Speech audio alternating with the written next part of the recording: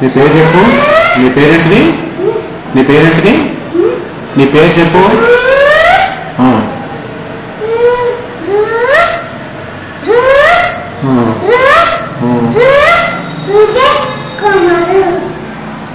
మీ నాన్న పేరేంటిది? ఏ ఊరు మీది? ఏ ఊరు మీది?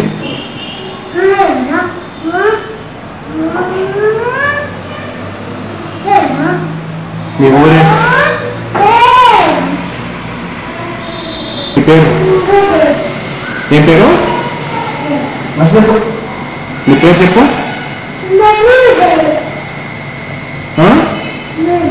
ఉదయ్. ఉదయనా? మీ నాన్న పేరు? మీ నాన్న పేరు నర్సయ్యనా? ఏ ఊరు? మేడిపల్లి. అన్నం తిన్నావా? నీళ్ళు తాగినావా? బడికి పోతున్నావా?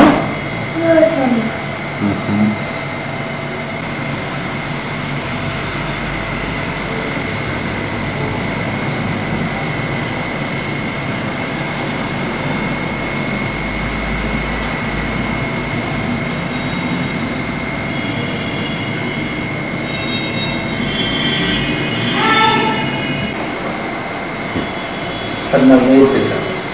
నా పేరు నర్సయ్య. నాకు పేరు తెలియదు. గత సంవత్సరం నుంచి వీడు బాగుంటాడు సార్.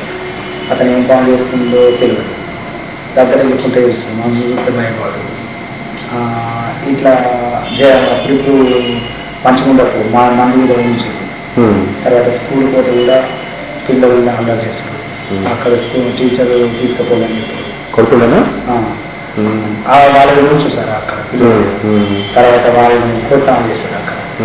తర్వాత ఇట్లాంటి బాగాలేదని కొన పట్టుకోయి అయితే సైకాలజిస్ట్ డాక్టర్ వస్తుండు హాస్పిటల్కు గణేష్ హాస్పిటల్కి అన్న తర్వాత బాబు తీసుకొని అక్కడికి వెళ్ళాను సార్. అక్కడ తీసుకుపోతే ఆ సార్ వచ్చిండు.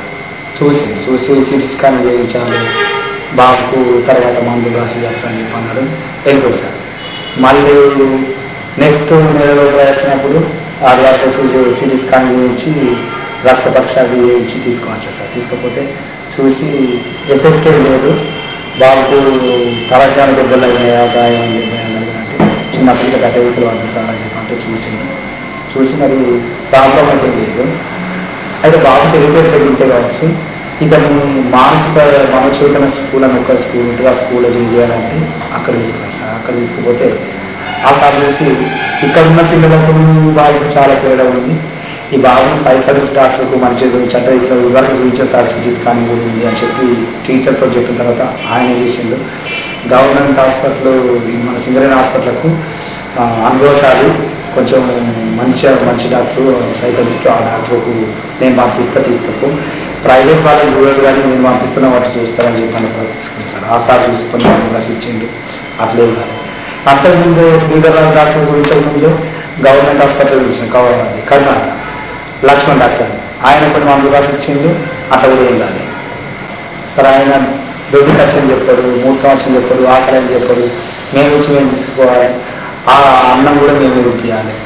తర్వాత మనసు చూస్తే భయపడదు, దగ్గర ఏడుచుడు, ఒకరి మీద ఉంచుడు, మనసు చూస్తే భయపడుతూ ఏడ్చుకుంటూ దూరం పోకుండా అందరిని చూసిన భయపడు, ఎవరిని చూసిన భయపడు. తర్వాత ఇట్లా అయితే బాగుండాలనుకుంటే వాళ్ళు తీసుకుపోయి 21 రోజులు సార్. అట్లా 21 రోజులు కానీ బాబుకి న్యాయం కాలేదు. బాబు అని పిచ్చి పిచ్చేసులు చేస్తాడు, కూర్చున్న కాడ అన్నీ అందరు బాగు చేస్తాడు. ఇంటిపక్క చంద్రయ్య అని అలా కొడుకు ఎక్కడ దిగినా మంచిగా లేకుండా కీళ్ళనప్పుడు మంచిగా కూడా సుభాష్ చంద్ర డాక్టర్ గారు మంచివారు అది మంచివారు అని చెప్పంటే అక్కడ తీసుకొచ్చిండు. అప్పటి నుంచి వాళ్ళ బాబు కొంచెం నయం బాగున్నాడు.